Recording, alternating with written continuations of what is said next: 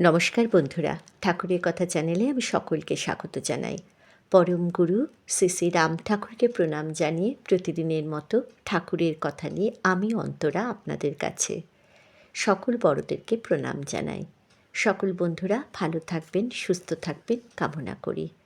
আজকে ঠাকুরের কথা শ্রী শ্রী ঠাকুর রামচন্দ্রদেব স্মরণের গ্রন্থ থেকে শ্রী শুভময় তত্ত্বের কথাই বলবো। কয়েকটি ছোট ছোট ঘটনা নিয়ে আজকের আমার পর্ব। তাহলে সঙ্গে থাকুন। শুরু করছি আজকের ঠাকুরের কথা শুভময় দত্তের কথায়। শ্রী শ্রী ঠাকুর কয়েক বছর কলিকাতার উপকণ্ঠে উত্তরপাড়ায় বাস করেছিলেন। সেখানে তিনি এক দুস্থ বর্ষী মহিলাকে মা বলিয়া ডাকিতেন। এই রাত্রিতে উত্তরপাড়া এক দরিদ্র পল্লীতে হঠাৎ আগুন লাগিয়া যায়। দেখিতে দেখিতে আগুন ভীষণ আকার রূপ ধারণ করে।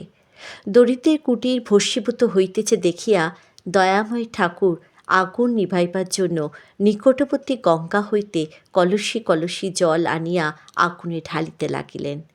তাহার সাহায্যার্থে আরও লোক অগ্রসর হইল। সকলের চেষ্টায় অগ্নি নির্বাপিত হইল বটে, কিন্তু ঠাকুর পিচ্ছিল পথে আছাড় খাইয়া হাঁটুতে গুরুতর আঘাত পাইলেন। তিনি একেবারে অচল হইয়া শয্যাশায়ী হলেন। ওই সময় তাহার ভ্রাতুষ্পুত্র শ্রী মহেন্দ্রনাথ চক্রবর্তী তাহার নিকট যাইয়া কয়েকদিন সেবা শুশ্রূষা করিয়াছিলেন।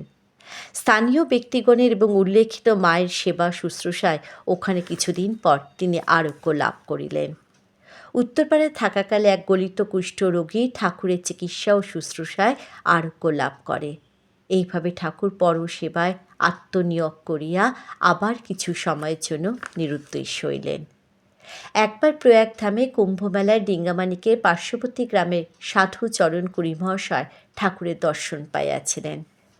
ঠাকুর সাধু সন্ন্যাসীদের ভিড়ের মধ্যে না যাইয়া অধিকাংশ সময় তাহাদের সঙ্গে গুপ্তভাবেই থাকিতেন।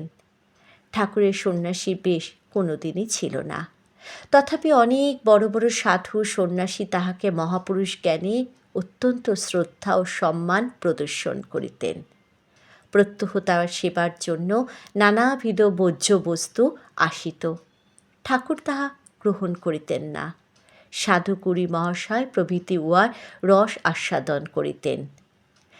শ্রী শ্রী ঠাকুরের ভ্রাতুষ্পুত্র সতীন্দ্রনাথ চক্রবর্তী প্রতিদিন নিয়মিত আহ্নিক জপ তপ ইষ্টদেবের পূজা প্রভৃতিতে অনেক সময় অতিবাহিত করিতেন।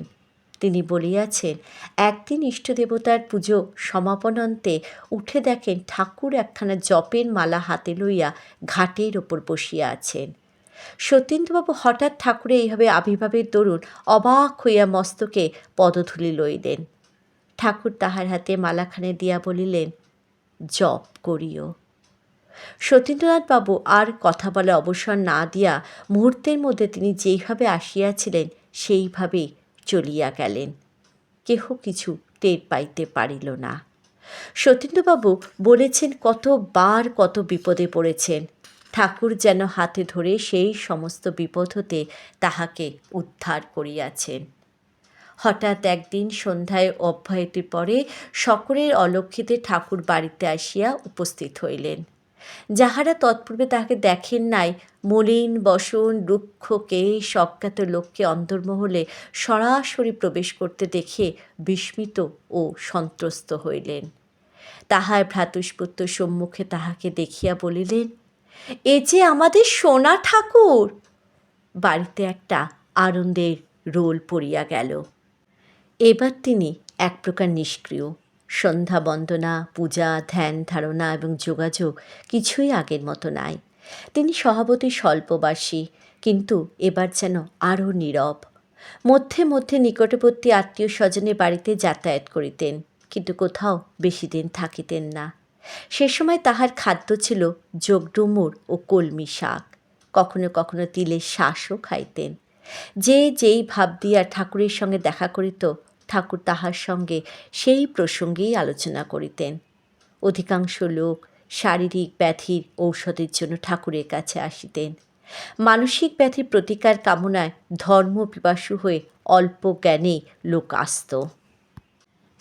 শ্রী শ্রী ঠাকুর কিছুদিন বিক্রমপুরে বেজগ্রাম গ্রামের মুন্সী পরিবারে বাস করিয়াছিলেন। সেই পরিবারের স্ত্রী পুরুষ বালক বালিকা সকলেই দেবতাজ্ঞানে ঠাকুরের সেবা করিতেন। আবার আপনজন মনে করিয়া তাহার প্রাণের সহিত ভালোবাসিতেন। তন্মধ্যে অশোক বন্দ্যোপাধ্যায় বিশেষ অনুগত ভক্ত। তিনি ঠাকুরকে রামভাই বলিয়া ডাকিতেন। তদবধি ঠাকুরের এক নাম হইল রামভাই।